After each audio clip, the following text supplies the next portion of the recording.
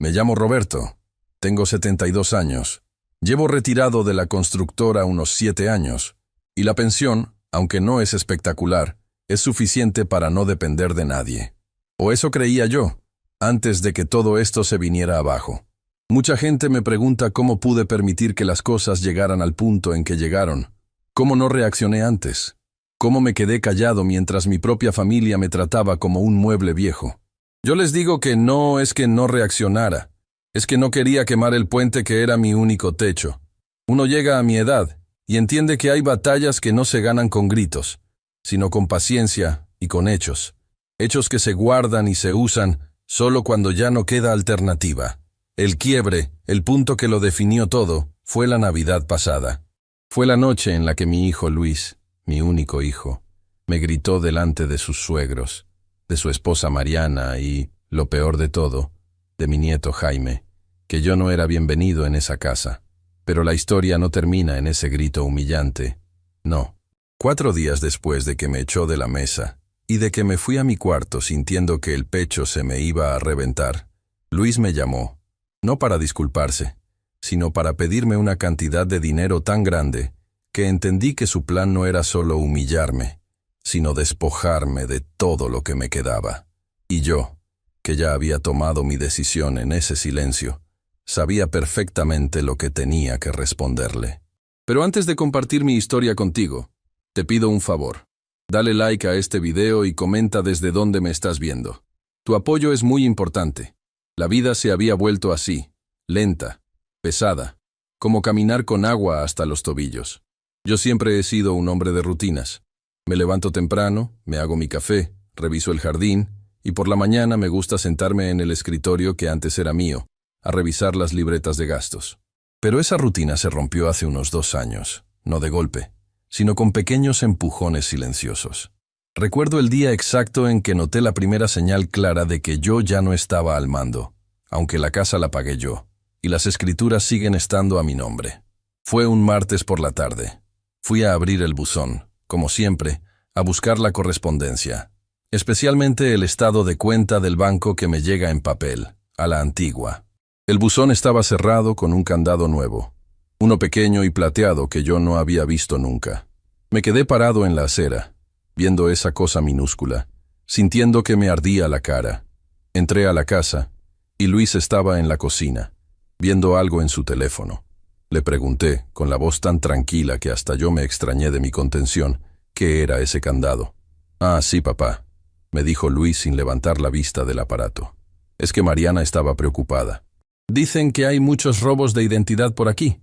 Mandó a ponerlo para seguridad, para que nadie revise. Ella tiene la llave». No dijo «nosotros», dijo «ella tiene la llave». Y no me preguntó si yo quería una copia. Asentí, dije «entiendo», y me fui a mi cuarto. Pero entendí perfectamente. Entendí que yo, el titular de la cuenta, el hombre que pagaba los impuestos, ya no tenía derecho a abrir el buzón de su propia casa, porque la decisión había sido tomada por seguridad y por Mariana. Ella manejaba ese aspecto ahora, y el candado era el símbolo de que yo había sido silenciosamente desposeído de un pequeño, pero significativo, control. Esas cosas se repitieron. Eran como gotas de agua que caen en la piedra, pequeñas, pero constantes. Había un control remoto en la sala que yo usaba para ver las noticias, el de la televisión vieja. Un día llegué y ya no estaba. Le pregunté a Luis. Me dijo que se había descompuesto, que ya habían tirado el control, y que ahora solo se usaba el control inteligente. El problema no era el control.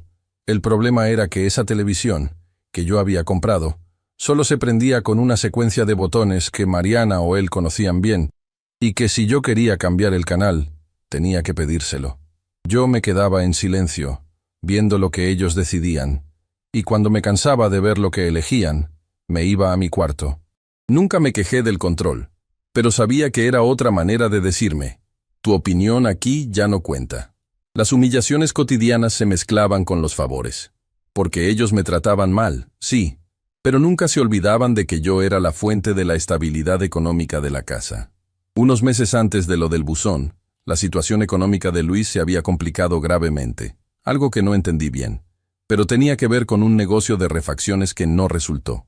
Una tarde, me sentó en el comedor. con esa cara de preocupación que solo ponía cuando necesitaba algo. «Papá, necesito que me apoyes con algo muy urgente», me dijo. «Es un favor, es temporal, pero si no lo hago, voy a perder todo lo que he invertido».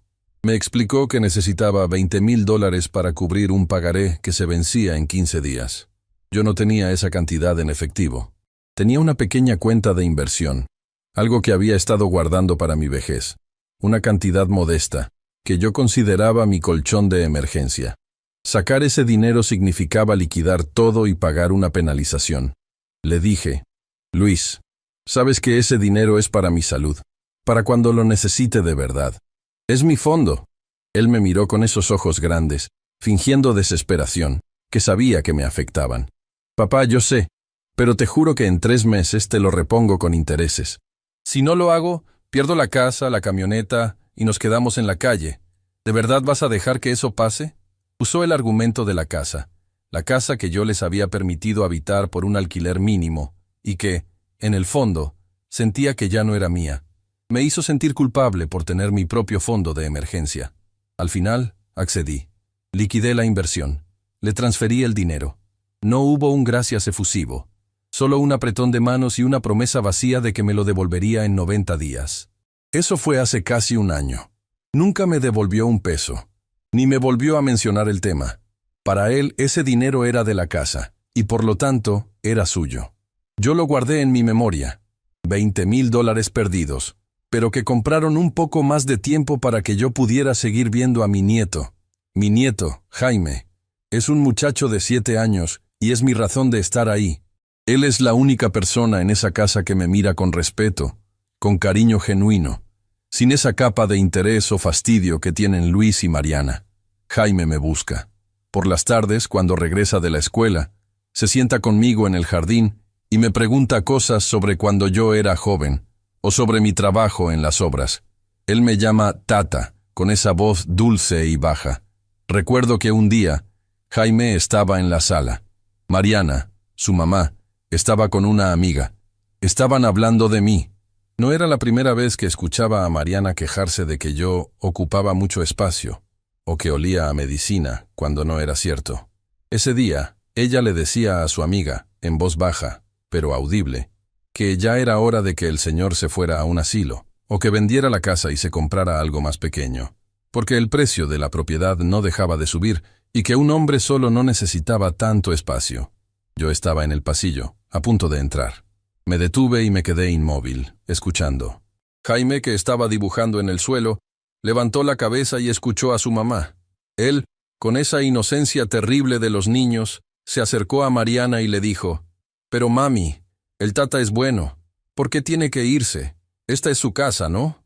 Mariana se puso roja y le dio un manotazo suave en el hombro, un gesto de fastidio. «Tú no te metas, Jaime. Sigue dibujando». Yo no salí. Me quedé ahí hasta que el silencio me permitió entrar sin que me vieran. Pero vi la cara de mi nieto.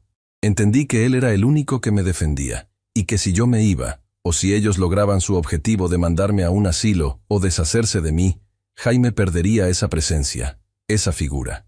Mi misión no era salvarme a mí, sino proteger ese vínculo. Por Jaime, yo soportaba el asedio.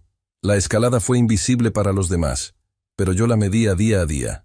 De repente, Mariana empezó a pedirme que le diera mis tarjetas de crédito y débito para pagar las compras grandes, según ella, porque así era más eficiente y ella podía llevar un mejor control del presupuesto familiar, ya que yo estaba desorganizado con mis gastos. Yo le entregué las tarjetas, no por convencimiento, sino por estrategia. Sabía que, si me negaba, ellos harían mi vida imposible o me acusarían de egoísmo. Pero antes de dárselas, fui al banco. Hablé con mi ejecutivo y puse límites de retiro y notificaciones de movimiento a mi teléfono personal, uno que ellos no sabían que yo tenía. Sabía que ellos empezarían a ver cuánto dinero les quedaba disponible, y yo quería saber exactamente cuánto estaban gastando de mi pensión. Lo que descubrí, gracias a esas notificaciones, me confirmó lo que ya sospechaba. No solo estaban usando mi dinero para la comida y los gastos fijos de la casa, que de por sí yo ya pagaba casi en su totalidad, sino que estaban haciendo gastos personales elevados, ropa de marca para Mariana, cenas en restaurantes caros que no compartían conmigo, y lo que más me dolió, Un préstamo pequeño que Luis había pedido a un familiar y que lo había pagado con mi tarjeta sin siquiera consultarme. Era una invasión total de mi economía, un acto de absoluta prepotencia y control. Yo seguía sin decir nada. Guardé los recibos, las capturas de pantalla de los movimientos bancarios que me llegaban. No los confronté. Fingía que no sabía que habían usado mi tarjeta para comprar boletos de avión para que ellos se fueran de fin de semana solos. Fingí sorpresa cuando me contaron, días después, de lo bien que lo habían pasado. Yo solo preguntaba, con inocencia, ¿y a dónde fueron, exactamente? Escuchaba sus mentiras, sus omisiones, y lo anotaba todo mentalmente. El plan de ellos se estaba moviendo. Estaban aumentando la presión para que yo cediera la casa, y la Navidad se acercaba, la temporada en que las tensiones familiares siempre revientan. Un mes antes de la Navidad, Luis me pidió que firmara un papel. Dijo que era un trámite sencillo para la municipalidad, algo relacionado con el agua, y que era necesario hacerlo porque yo era el dueño de la propiedad. Yo, con mi ceguera aparente, lo tomé, pero le dije que mi vista ya no era buena y que lo leería con calma más tarde. Él se puso nervioso. «No hay tiempo, papá, es urgente. Solo es la firma y un garabato». Yo insistí. Me fui a mi cuarto, puse mis lentes y leí el documento completo, palabra por palabra. No era un trámite del agua. Era una carta poder irrevocable, donde yo les cedía a Luis y a Mariana la administración total de la propiedad, incluyendo la facultad de venderla sin mi consentimiento. La pluma se me cayó de la mano. Sentí un frío que me recorrió el cuerpo, desde el pecho hasta los pies. Lo que yo temía, el plan de fondo, estaba ahí, escrito en una hoja con sellos oficiales. Querían venderme la casa a mis espaldas, dejarme sin patrimonio y, supongo, usar el dinero para vivir bien. Y a mí, mandarme a un lugar donde ya no fuera un estorbo. Guardé el documento en mi caja fuerte, junto con los recibos de las transferencias y los estados de cuenta manipulados. No le dije a Luis que lo había leído. Salí del cuarto con el documento falso en el bolsillo. Luis me esperaba, ansioso. «¿Ya lo firmaste, papá?», le dije. «Sí, hijo. Lo leí, pero me diste el bolígrafo equivocado. Lo firmé con el que siempre uso. Mañana te lo doy. Asegúrate de que no se me haya corrido la tinta». Luis suspiró aliviado. Lo que él no sabía es que la decisión interna ya estaba tomada. Ya no era cuestión de aguantar o de esperar un cambio. Era cuestión de proteger a Jaime y a mí mismo. Esa misma noche no contacté a Luis. Llamé a mi abogado de toda la vida, el licenciado Romero. Le dije que necesitaba verlo a primera hora.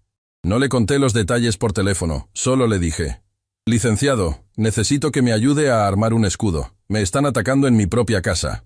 La paz de mi silencio se rompió. Yo ya sabía que venía la guerra y la Navidad sería el campo de batalla. Pero esta vez, yo no iba a ser la víctima. Iba a ser el observador que ya había movido todas sus piezas en el tablero. Faltaban 3 semanas para esa fatídica cena y yo ya tenía el plan. Esto es solo el inicio. Pero si quieren saber cómo mi silencio terminó con el plan de mi propio hijo y cómo esa Navidad se convirtió en mi liberación, tienen que seguir escuchando este relato. Soy Jorge, tengo 72 años, y cuando miro hacia atrás, veo que la traición no llega de golpe. Llega a cuentagotas, en cosas pequeñas que uno deja pasar por comodidad o por amor. El grito de mi hijo en Nochebuena, ese «no eres bienvenido», que resonó en el comedor, no fue el inicio de todo, sino la punta de un iceberg que yo había estado ignorando durante meses. La pregunta que me hacía una y otra vez no era por qué había pasado, sino por qué permití que la situación llegara tan lejos. Mi esposa había muerto 2 años antes, y el acuerdo había sido simple. Yo vivía con mi hijo y su familia en la casa que yo mismo había construido. Era una casa grande, pero rápidamente dejó de sentirse mía. Al principio eran detalles mínimos. Me levantaba temprano, como siempre, para hacerme mi café, y de pronto me encontré con que la cafetera estaba guardada en el estante más alto, y la nuera, Luisa, me decía con una sonrisa tensa: «Es que ahora compramos café instantáneo, papá. Es más moderno y rápido». Yo tomaba mi café instantáneo, sin replicar, pero cada mañana sentía una puntada. No era por el café, era porque habían decidido mi rutina sin consultarme, en mi propia cocina. Luego vinieron las llaves. Yo siempre había tenido un juego de llaves de la casa. Un día, sin decirme nada, cambiaron la cerradura de la puerta principal.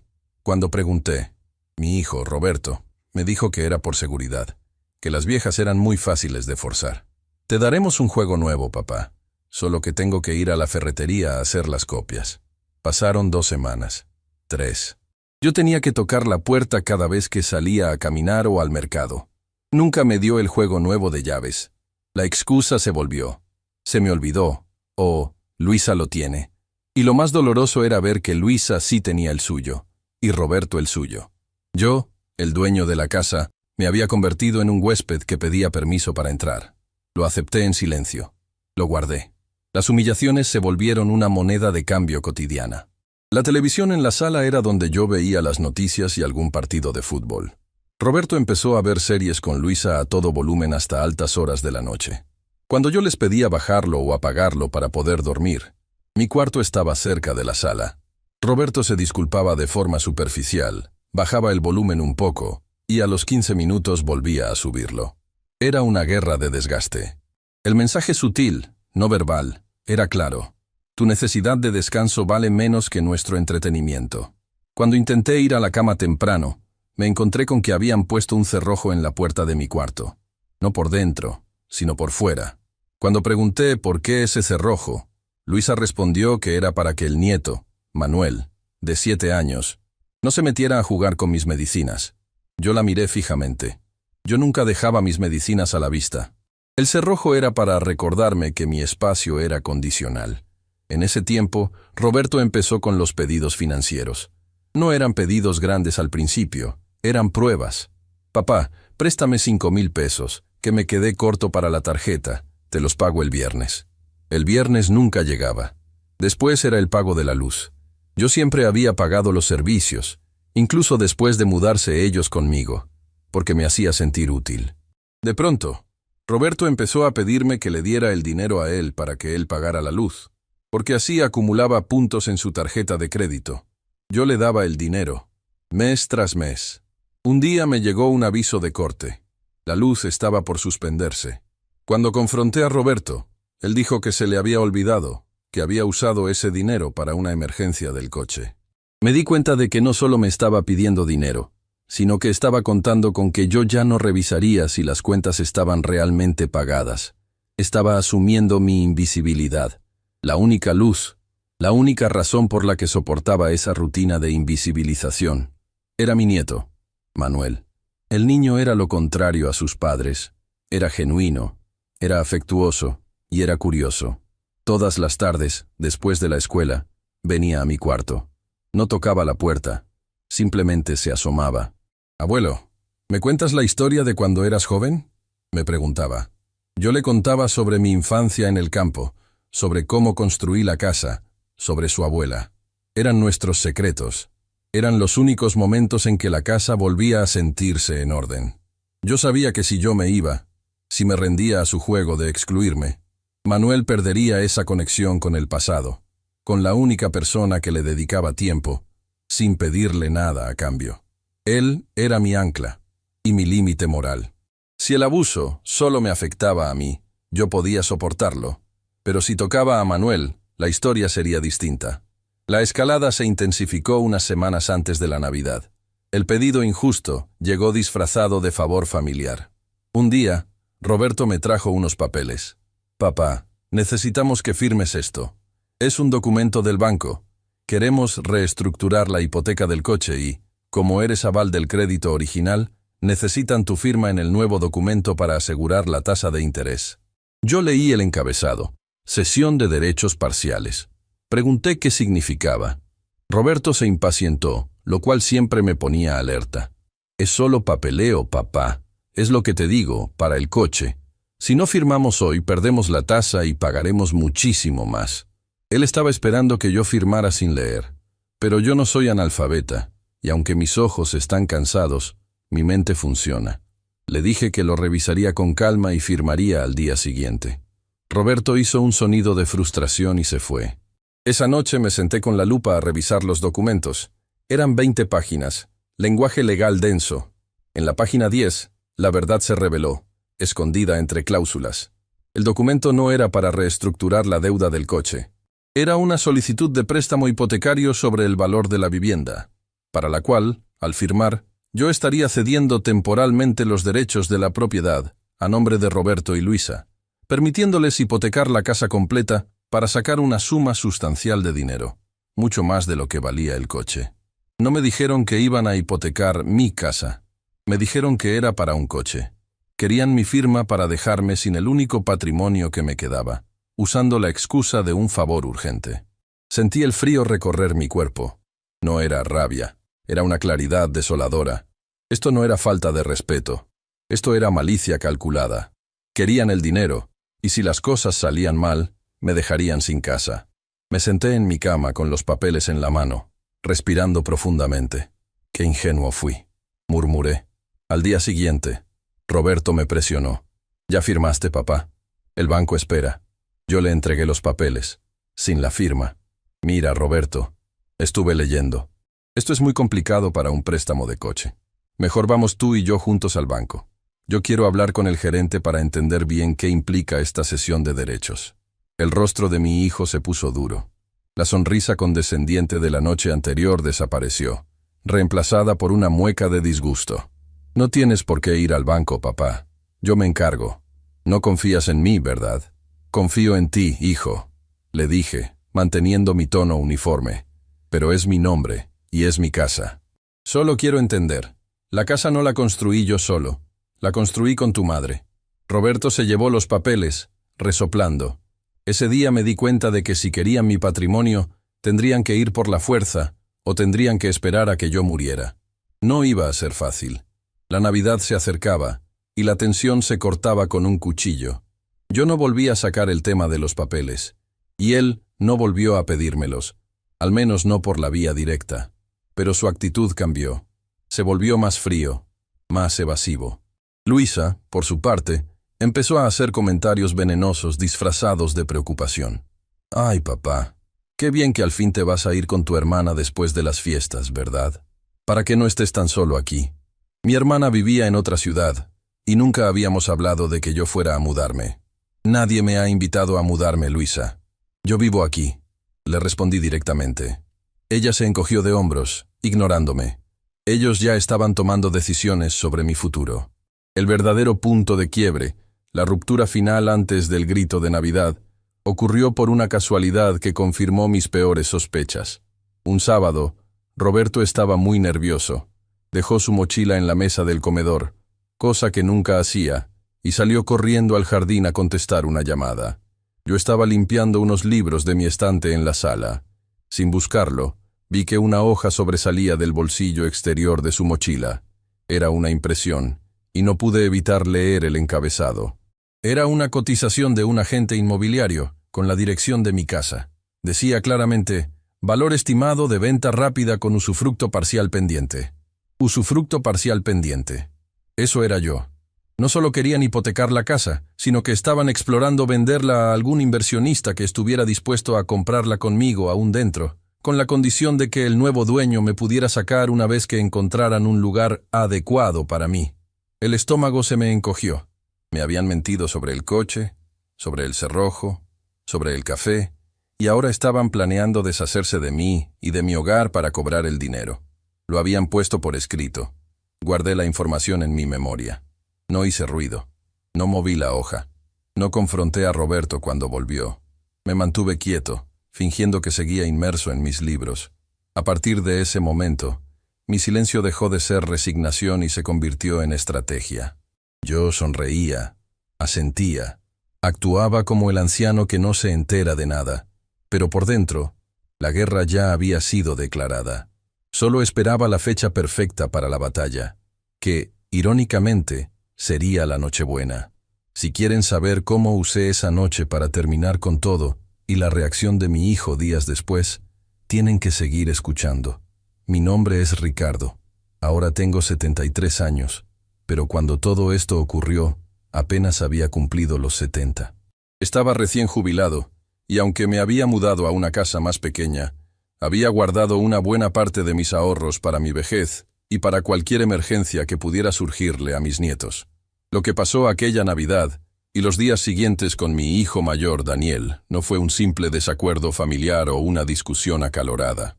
Fue el momento en que se cayó el telón. La evidencia cruda de cómo me veían realmente, después de haber trabajado toda mi vida para mantener la dignidad de mi familia.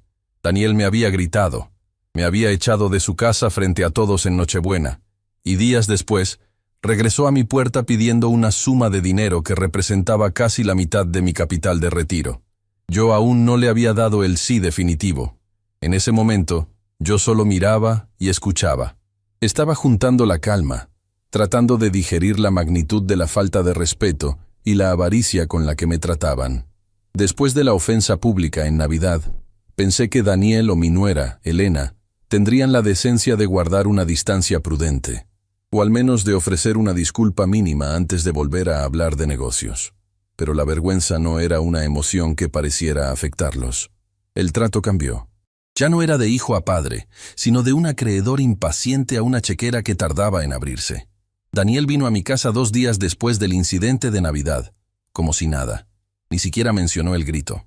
Simplemente se sentó en mi sala, puso su portafolio sobre la mesa de centro, mi mesa de centro que yo compré con mi primer sueldo grande hace 40 años, y empezó a hablar de números, de proyecciones y de una supuesta oportunidad de inversión en bienes raíces en la costa que, según él, iba a duplicar mi dinero en menos de 2 años. Yo lo dejé hablar. Lo observaba. Había una ansiedad palpable en sus manos y en la forma en que evitaba mi mirada. «Mira, papá, sé que las cosas se pusieron feas en Nochebuena, pero son cosas de la familia. Ya sabes cómo es el estrés», me dijo, usando el tono condescendiente que antes me irritaba, pero que ahora solo me generaba una frialdad absoluta. «Pero esto es serio. Es el futuro de Elena y de las niñas. Y el tuyo también. Si me das este empujón ahora, no solo recuperas el capital, sino que garantizamos una pensión real, no esa miseria que te da el gobierno». El dinero que me pedía eran 600,000 pesos. Yo tenía ahorrado un poco más de 1,000,000. 600,000 pesos. Una cantidad que, si se perdía, me obligaría a depender totalmente de ellos en la vejez. Justo lo que había tratado de evitar toda mi vida. Yo no le respondí sobre el dinero en esa visita. Le dije que lo pensaría, que tenía que revisar mis cuentas y hablar con un asesor. Daniel no estaba acostumbrado a que yo pusiera obstáculos. Yo siempre había sido el hombre de la solución, el que firmaba sin preguntar, el que pagaba las deudas pequeñas de la familia para evitar el escándalo. Mi silencio lo incomodaba. «¿Asesor? ¿Para qué necesitas un asesor, papá? Yo soy tu hijo», me dijo con un leve tono de resentimiento. «Precisamente por eso», le respondí secamente. «Porque eres mi hijo. Necesito asegurarme de que mi retiro no dependa de las emociones». Esa frase lo golpeó un poco, pero no lo detuvo. Dejó los documentos de la supuesta inversión sobre la mesa. Eran folletos a todo color, llenos de gráficos optimistas y fotografías de edificios modernos. Documentos bien presentados, pero superficiales.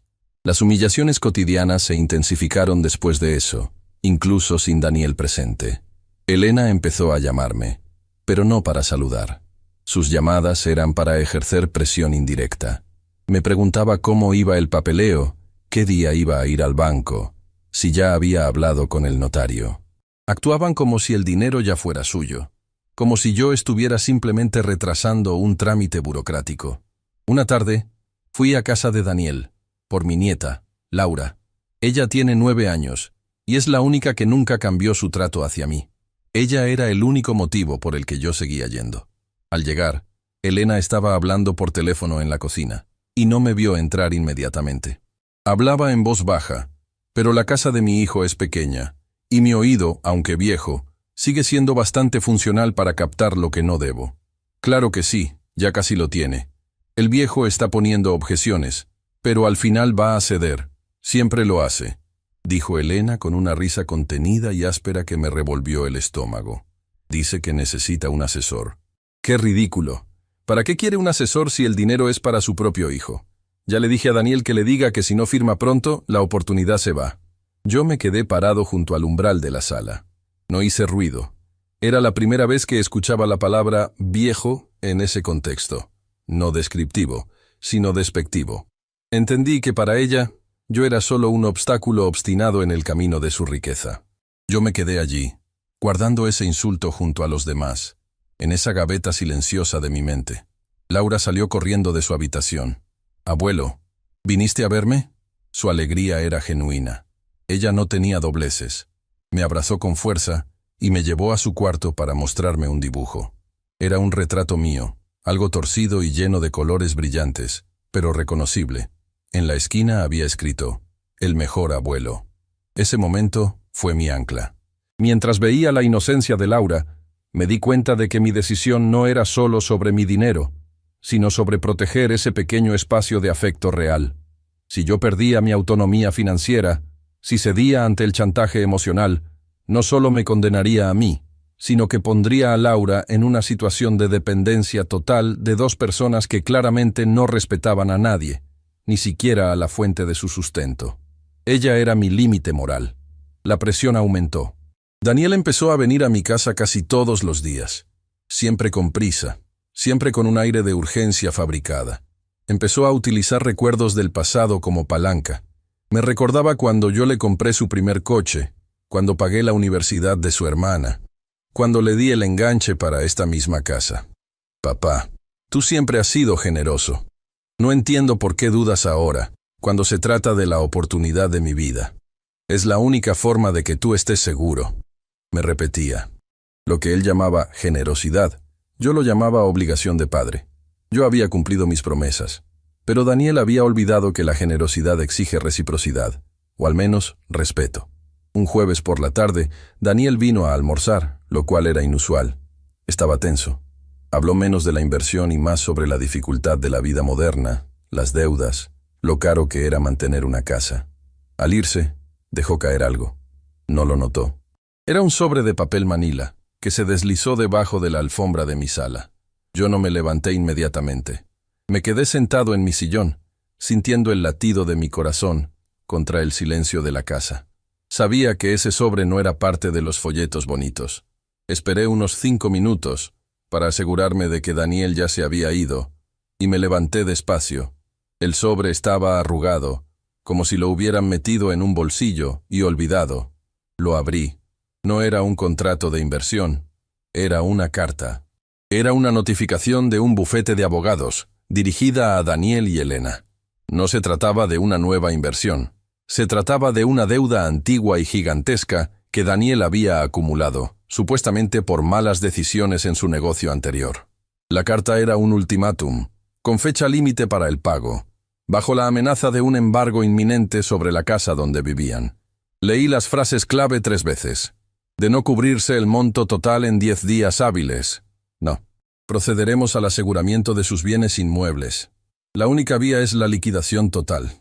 Mi mente empezó a ensamblar las piezas con una velocidad terrible. El dinero que me pedía Daniel no era para una inversión. Era un rescate. Un rescate desesperado para evitar que perdieran su casa. Pero había más. En el sobre, escondida detrás de la carta de embargo, había una copia de un formulario en blanco, una solicitud de préstamo hipotecario. En la sección de avalista, mi nombre estaba escrito a lápiz. Daniel no solo quería mis ahorros, quería que yo me convirtiera en el garante de su gigantesca deuda fallida. Si ellos perdían el dinero, yo no solo perdería mis ahorros, sino que quedaría legalmente atado a la deuda restante. Y lo peor de todo, si él perdía su casa, su intención era usar mi dinero para pagar, y luego, seguramente, mudarse a la mía, trayendo consigo el desastre financiero. No solo me dejarían sin dinero, sino que me quitarían mi paz y mi casa. La traición no era solo financiera, era existencial. Querían despojarme de todo, incluso de la posibilidad de un futuro tranquilo. El primer impulso que sentí fue una rabia helada, la necesidad de llamar a Daniel y gritarle la verdad que había descubierto. Pero me detuve. Recordé a Laura y la risa de Elena al llamarme el viejo. Si yo confrontaba a Daniel ahora, él negaría todo, destruiría la evidencia y encontraría otra manera de presionarme. Yo tenía la prueba de su desesperación, de su engaño. Era una ventaja que no podía desperdiciar. Doblado la carta y la solicitud de préstamo, las guardé en mi caja de seguridad junto a mis documentos de pensión. Nadie sabría que yo las había visto. Esa tarde, mi rutina no cambió. Cené, leí el periódico, fui a la cama. Pero internamente, el viejo que se sentaba a esperar estaba muerto. Había despertado un hombre diferente, frío, calculador. Había llegado el momento de dejar de observar la humillación y empezar a construir la respuesta. Había llegado el momento de actuar, pero no con gritos, sino con papeles y silencio estratégico. Ahora sabía que el tiempo se estaba agotando. Daniel necesitaba mi dinero en menos de 10 días para evitar el embargo. Eso me daba a mí el mismo tiempo para anticiparme y proteger lo único que realmente me importaba, mi dignidad y el futuro de mi nieta Laura. Al día siguiente, iría al banco, pero no para sacar dinero, sino para hacer preguntas diferentes. Y buscaría al abogado que me había recomendado un viejo colega, el que me había dicho que era el mejor para manejar asuntos de familia. Yo no iba a firmar el cheque de mi propia ruina. Si quieres saber qué hice exactamente en esos 10 días y cómo se desarrolló la justicia silenciosa, te invito a seguir escuchando mi relato. No te imaginas lo que pasó cuando Daniel regresó por última vez. Yo soy Ricardo Montes. Tengo 72 años cumplidos y lo que le cuento ahora es algo que, aunque haya pasado hace ya un buen tiempo, me sigue pesando en la memoria como si la injusticia fuera una carga física. Lo que pasó aquella Navidad, cuando mi hijo me gritó que yo no era bienvenido en la casa que yo mismo ayudé a pagar, eso no fue el principio, fue solo el pico de una montaña que se venía formando desde mucho antes. Y la cosa se puso más densa cuando, apenas unos días después de aquel desplante, él se acercó pidiendo, casi exigiendo, que le diera una suma fuerte de dinero, una cantidad que comprometía mi tranquilidad para los años que me quedan. Lo que no sabía mi hijo, Raúl, ni su esposa, Luisa, es que el golpe de Navidad no me había quebrado, me había despertado. Después de aquel día 24, yo dejé de ser el padre comprensivo que esperaba una disculpa. Me convertí en el inquilino que observa y registra. El ambiente en la casa era irrespirable. Ellos actuaban con un aire de superioridad ofendida, como si yo fuera el grosero por haber presenciado su mal genio. Yo simplemente me movía, desayunaba, leía el periódico y veía la televisión con un silencio que no era de tristeza, sino de estrategia. Estaba esperando el momento, porque sabía que vendría. Un grito como ese, seguido de ese silencio incómodo, siempre precede a una petición urgente. La gente no trata así a quien quiere pedirle un favor honesto. Las pequeñas humillaciones que antes yo toleraba se volvieron insoportables, pero yo seguía sin reaccionar. Observaba cómo Luisa había reestructurado las cuentas de los servicios de la casa. Ella había decidido, sin consultarme, cambiar la compañía de internet y la de televisión por cable. Cuando le pregunté por qué había hecho eso, ella respondió, con un tono que mezclaba fastidio y condescendencia, que lo hacía por optimización, que yo no me preocupara por esas cosas de números, que ella se encargaba de todo. Lo que ella no sabía era que yo, por costumbre de viejo, llevaba mi propio registro de cada pago, de cada recibo que entraba a esa casa. Aunque el dinero que salía fuera casi totalmente de mi cuenta de retiro, yo había visto los montos de los servicios subir desproporcionadamente en los últimos meses. Antes de que me dijeran que era por optimización, yo ya sabía que no era cierto. La diferencia que yo notaba era sutil, pero constante. Eran 50 pesos más aquí, 100 pesos más allá. Cantidades pequeñas que sumadas se volvían significativas y que nunca se reflejaban en los estados de cuenta bancarios que yo consultaba. Empecé a sospechar que Luisa estaba inflando los costos de los servicios comunes para sacar una pequeña ganancia cada mes, metiendo ese excedente en alguna otra cuenta que yo no conocía. Una hormiga que trabaja en silencio, pensé. Y si hacía eso con 50 pesos, ¿qué no haría con cantidades más grandes? Me enfoqué en la documentación.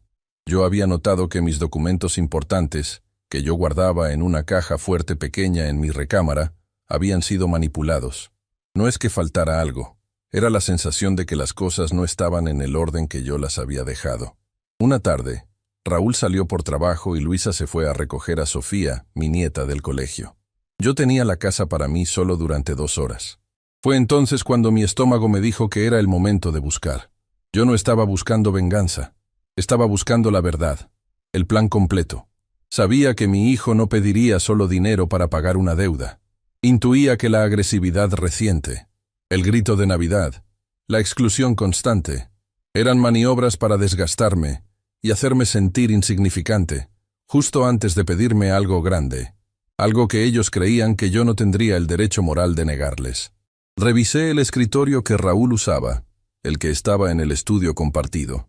Él tenía una gaveta con llave, pero era una llave barata, y yo sabía que no confiaba en ella, pues muchas veces dejaba documentos semiocultos en la parte superior, bajo pilas de papeles de trabajo que supuestamente estaba revisando. Moví una carpeta con recibos de una ferretería que no reconocí. Debajo encontré lo que buscaba, pero en una forma que no esperaba. No era un documento final, sino un borrador impreso de un contrato. Era un documento de solicitud de préstamo hipotecario, un trámite de refinanciamiento, pero no solo de su propiedad, sino de la propiedad donde yo vivía, la cual estaba parcialmente a mi nombre por la inversión inicial que yo había hecho 20 años atrás.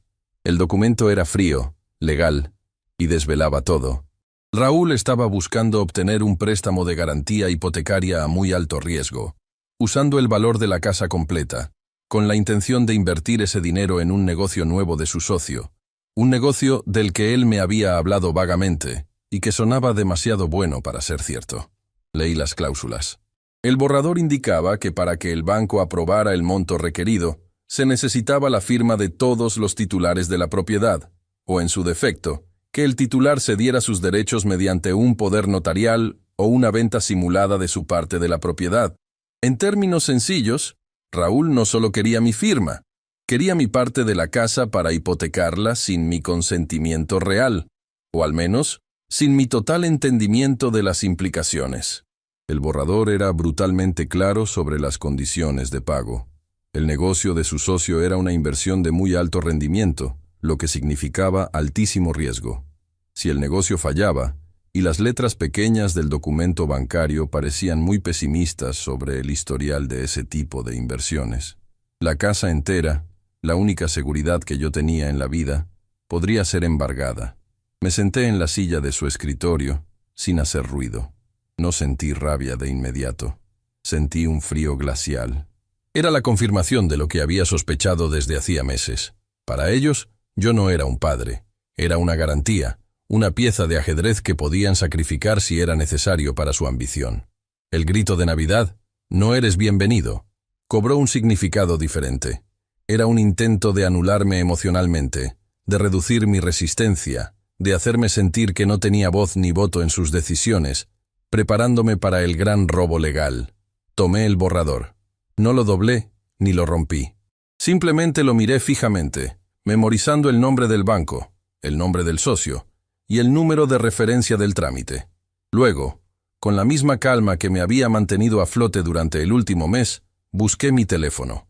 Le tomé fotografías nítidas a cada página, enfocándome en las cláusulas de riesgo y en la sección donde se mencionaba la necesidad de mi firma. Era una prueba contundente del intento de manipulación y del riesgo que corrían mis bienes. Volví a dejar el papel exactamente donde lo encontré, sin mover una sola arruga de los papeles de la ferretería que lo cubrían. Salí del estudio. Fui a la cocina, me serví un vaso de agua, y sentí que la presión en el pecho disminuía, no por la calma, sino porque el enemigo finalmente había revelado sus cartas. Yo ahora sabía contra qué estaba luchando. A partir de ese momento, mi silencio dejó de ser pasivo. Se volvió estratégico. Empecé a actuar de manera deliberada. Yo sabía que en breve Raúl se sentaría conmigo, probablemente con un rostro serio y un tono de urgencia, y me explicaría que el negocio de su socio era la oportunidad de una vida, que era seguro, y que mi pequeña firma no significaba nada, que era solo un formalismo bancario. Yo tenía que anticiparme. Lo primero que hice fue ir al banco.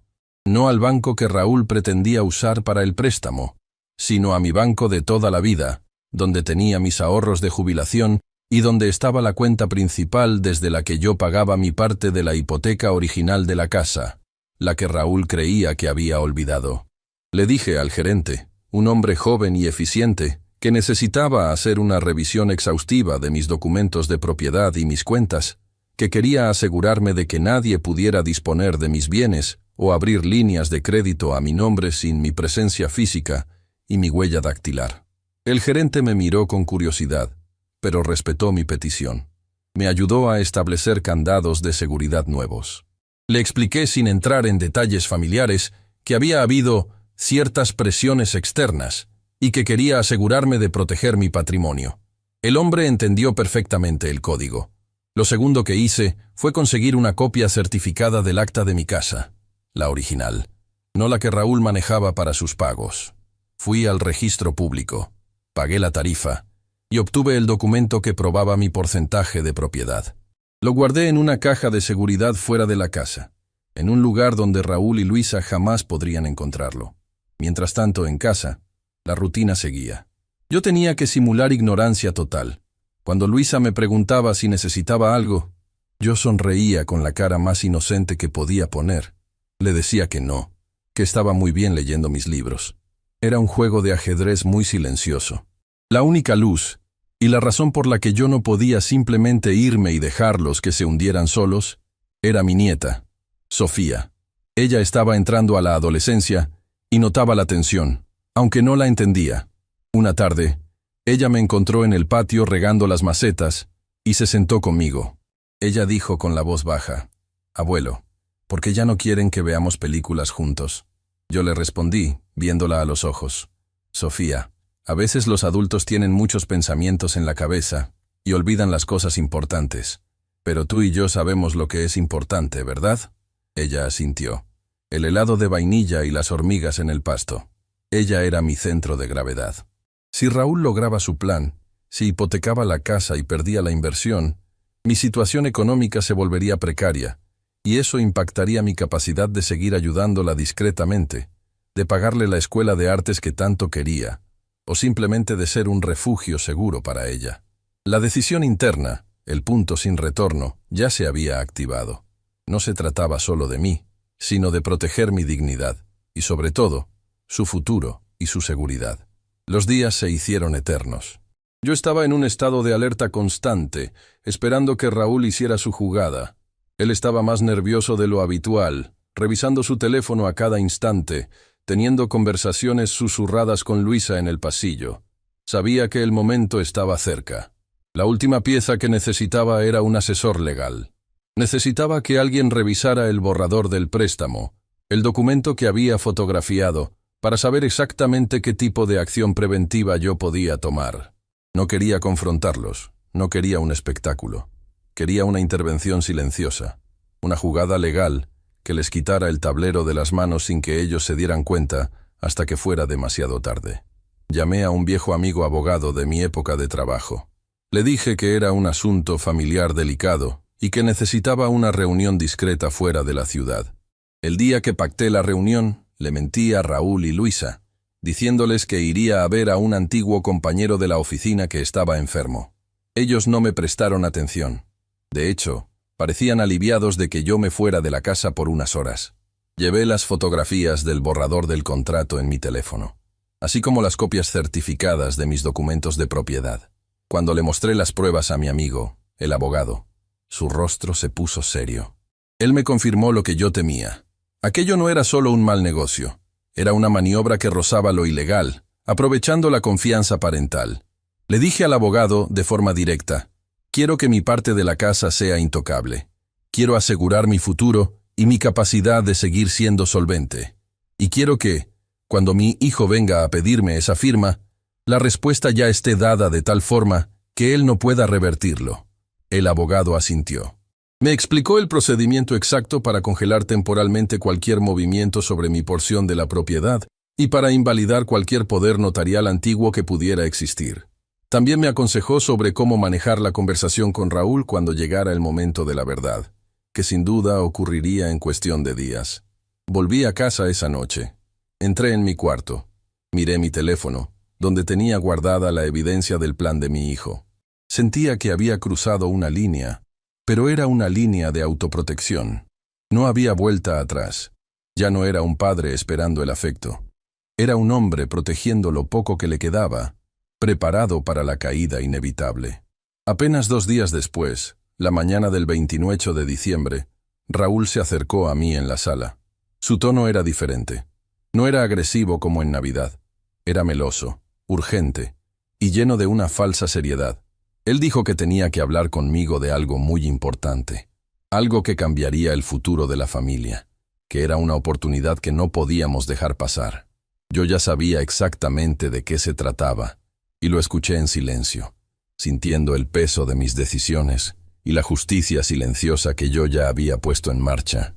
Si quieren saber lo que le respondí a mi hijo cuando finalmente me pidió el dinero, y cómo se le cayó la cara cuando entendió mi jugada, tendrán que seguir escuchando este relato. La verdad es que aquella conversación fue rápida, contundente, y no se trató solo de un no. Mi nombre es Raúl. Tengo 68 años. Lo que voy a contar es la última parte de lo que pasó aquella Navidad. La Navidad en la que mi hijo me gritó que yo no era bienvenido en su casa, y de la forma en que, días después, vino a buscarme para pedirme dinero que él sabía que yo no podía darle sin desprotegerme. Uno vive años construyendo una vida, una familia, para que al final, un solo momento de arrogancia de los hijos, te revele lo frágil que era todo eso. Yo ya les conté cómo mi decisión de no irme de la casa que tanto me costó, la casa que ellos querían vendida, había escalado hasta ese insulto público. Y yo ya les dije que yo no hice berrinche ni grité, solo guardé las palabras y actué. Yo sabía que la visita de mi hijo, después de Navidad, no era por arrepentimiento. El arrepentimiento no necesita pedir 200,000 pesos. El arrepentimiento llama para disculparse, no para negociar la dignidad. Yo ya había hablado con el licenciado Pérez 2 veces, asegurando todo lo que podía asegurar. Mi esposa, en aquel momento, aún no entendía bien por qué yo estaba tan ocupado con papeles y notarios. Pensaba que yo solo estaba arreglando las cosas para el testamento habitual. Yo no le dije la verdad completa, no porque no confiara, sino porque sabía que, si ella se enteraba del plan de nuestro hijo, la pena la iba a consumir. Ella prefería pensar que eran solo descuidos, no una estrategia calculada. Cuando mi hijo llegó a la casa, fue por la tarde, justo a la hora en que el sol empezaba a bajar, dejando esa luz amarilla pesada sobre la sala. Llegó solo. Eso ya me decía mucho. Cuando querían presionarme, venían los dos, él y su esposa, la fuerza doble. Si venía solo, era porque venía a la súplica, a la necesidad real, no a la coerción habitual. Se sentó en el sillón que antes era el favorito de mi padre, y yo lo vi incómodo. No podía mirarme a los ojos. Le ofrecí un café, como siempre. Él dijo que no, que solo venía a hablar de un asunto urgente. «Papá», empezó, y la voz le temblaba un poco, algo que no le había visto desde que era niño, y había roto la ventana del vecino. Lo de Navidad fue un error. Estaba frustrado. Mi esposa y yo hemos tenido muchos problemas. Yo lo escuché en silencio. No dije nada sobre la frustración. Las palabras de Navidad no se borran con una excusa sobre el estrés. Simplemente lo miré. Con 68 años, uno aprende que el silencio es una herramienta más pesada que cualquier grito. «Necesito el dinero, papá», me dijo, y fue directo al grano. «Necesito los 200,000 pesos que te pedí.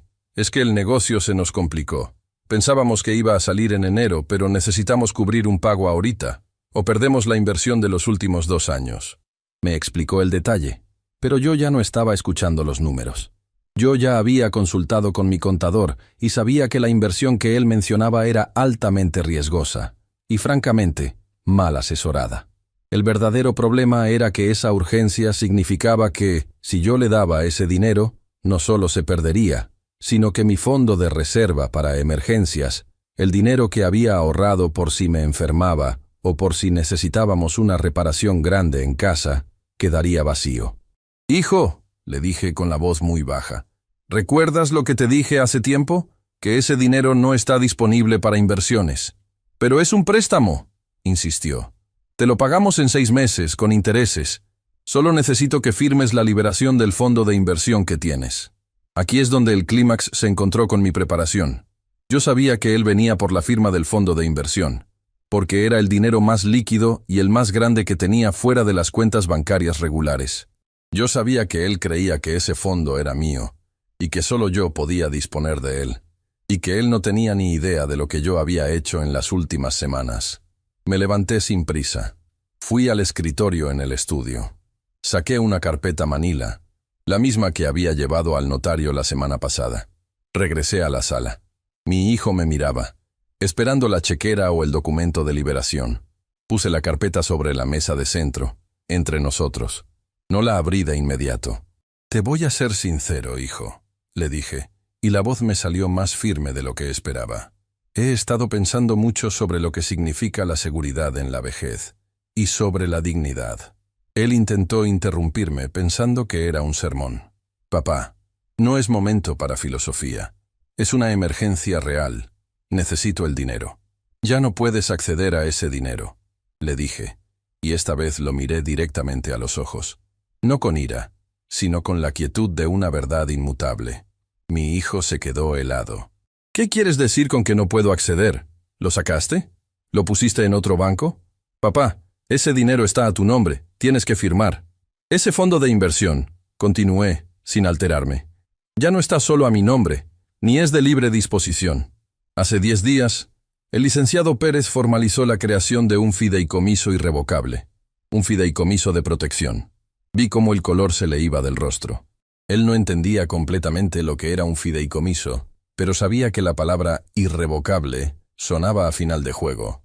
«Ese fondo», le expliqué, señalando la carpeta, «junto con la cuenta de ahorros que tienes registrada como cotitular, fue transferido legalmente. Los beneficiarios principales de ese fideicomiso son 2. Primero, tu madre, para asegurar que ella viva tranquila si yo falto, y que nunca le falte atención médica ni el sustento diario, sin depender de que alguien más le administre su dinero. Y el segundo beneficiario, hijo, es tu propio hijo, mi nieto, Santiago, específicamente para asegurar el pago de su universidad y su manutención mientras estudia. Está destinado a que él tenga una educación, pase lo que pase con los negocios o las deudas de sus padres». Mi hijo se levantó de golpe, casi tirando el café que yo le había puesto en la mesa. «¡Estás mintiendo!», gritó. Era el mismo tono que usó en Navidad, pero ahora sin público, solo el eco de la sala. «No puedes hacer eso sin consultarnos. Ese dinero es parte de lo que nos corresponde». «No es parte de nada que te corresponda ahora», le respondí con la misma calma que usé para contarle a mi nieto un cuento. «Legalmente hasta que yo muera, es mi patrimonio. Y mi obligación, antes que la tuya, es la seguridad de mi esposa y la educación de mi nieto. Ese dinero está blindado, hijo. Está legalmente fuera de tu alcance y de cualquier acreedor que pudieras tener, porque el fideicomiso especifica el propósito exacto. Si yo firmo la liberación, estoy violando el acuerdo legal y me metería en un problema legal serio. Lo que pides es imposible». Abrí la carpeta y le deslicé una copia simple de la portada del documento. Vio el sello del notario, la fecha reciente y las cláusulas generales. Mi hijo no es un abogado, pero pudo leer los números y las palabras clave. Se dio cuenta de que yo no estaba bromeando. Yo no había hecho un berrinche financiero. Yo había ejecutado una estrategia defensiva absoluta. «¿Me hiciste esto por lo de Navidad?», me preguntó, y su voz ya no era de enojo, sino de incredulidad, de derrota. «No, hijo», le respondí. «Esto lo hice por tu madre y por Santiago». «Lo de Navidad». Me confirmó que era la decisión correcta. Me confirmaste que, si yo te dejaba la puerta abierta, la urgencia de tus deudas iba a pasar por encima de la seguridad de tu propia familia. No es un castigo, es una protección, una barrera legal para que ustedes no se destruyan a sí mismos usando lo que no les corresponde». Hubo un silencio largo. La tensión era física. Él estaba midiendo la dimensión de su error. No solo la ofensa en Navidad, sino subestimar mi capacidad de actuar silenciosamente, pensando que mi silencio era debilidad. Él creía que yo era viejo y manejable, y se encontró con que yo había movido piezas sin que él lo notara, piezas que definían su futuro inmediato. Finalmente, su postura colapsó. Se sentó de nuevo, cubriéndose el rostro con las manos. «Papá, ¿qué voy a hacer? Lo vamos a perder todo», murmuró. «Yo lo siento, hijo», le dije, y realmente lo sentía, pero no podía dar marcha atrás. «Esos 200,000 pesos ya no existen para ti. Son para la Universidad de Santiago. Lo que tienes que hacer es afrontar tu negocio con responsabilidad, como un adulto». Me quedé esperando que me gritara de nuevo, que me acusara de arruinarlo. Pero no lo hizo. Solo se levantó. Dime una cosa, me dijo. ¿Lo hiciste solo para joderme? Lo hice para poder dormir tranquilo, le respondí. Sabiendo que, pase lo que pase con tus decisiones, tu madre y tu hijo están a salvo de la calle. Él no se despidió. Simplemente salió de la casa, sin voltear a ver. El ruido del motor de su coche al arrancar fue lo último que escuché de él ese día. Mi esposa bajó un momento después, preocupada por el silencio repentino. Le dije que habíamos hablado de negocios, que mi hijo se había ido molesto porque no pudimos ayudarle con el préstamo que quería. No le dije la magnitud del movimiento que había hecho, ni la razón real. Los días que siguieron fueron extrañamente tranquilos. La esposa de mi hijo me llamó una vez, intentando usar un tono más suave, preguntando si podíamos hablar sobre el futuro de la familia. Yo le dije exactamente lo mismo, que el dinero estaba en un fideicomiso para la educación de Santiago y la seguridad de su suegra, y que no había forma legal de moverlo. Ella entendió la frialdad y no volvió a insistir. La justicia en esta vida no llega con sirenas ni con grandes discursos. Llega con el silencio. En las semanas posteriores pude ver cómo mi hijo y su esposa tuvieron que empezar a vender activos, a reducir su nivel de vida. Yo no intervine. Era el costo de la lección que necesitaban aprender. Que la dignidad de un padre, al igual que la seguridad de un hijo, no es negociable. La paz que obtuve fue pesada. No es la paz que uno imagina, de felicidad absoluta. Es la paz de saber que las cosas están en orden, pero la tristeza de que ese orden solo pudo lograrse cortando los lazos financieros, haciendo de la confianza algo imposible. Mi esposa sigue sin saber los detalles, y eso está bien. Ella puede seguir amando a su hijo sin la carga de su traición. Lo único que me importa ahora es mi nieto Santiago. Ahora lo veo más seguido. Vamos por él a la escuela y pasamos la tarde juntos. Y la mayor alegría es saber que su futuro, su verdadera oportunidad, está protegido, asegurado con sellos notariales contra la imprudencia y la ambición. Yo recuperé mi voz en mi casa, mi autonomía financiera. Ya nadie me presiona para vender. Ya nadie me pregunta por cuánto dinero tengo. El respeto que perdí se restauró con documentos y leyes, no con discusiones. A veces, cuando estoy en la sala y veo el sillón de mi padre, recuerdo las palabras de mi hijo en Navidad: «No eres bienvenido». Y luego recuerdo su rostro cuando le mostré la carpeta. Ahora, yo soy el único bienvenido en esta casa, y la paz que siento es el eco de esa decisión silenciosa y estratégica. No fui un héroe, solo un hombre cansado que decidió defender su paz y a su familia a la única manera que le quedaba, con la ley.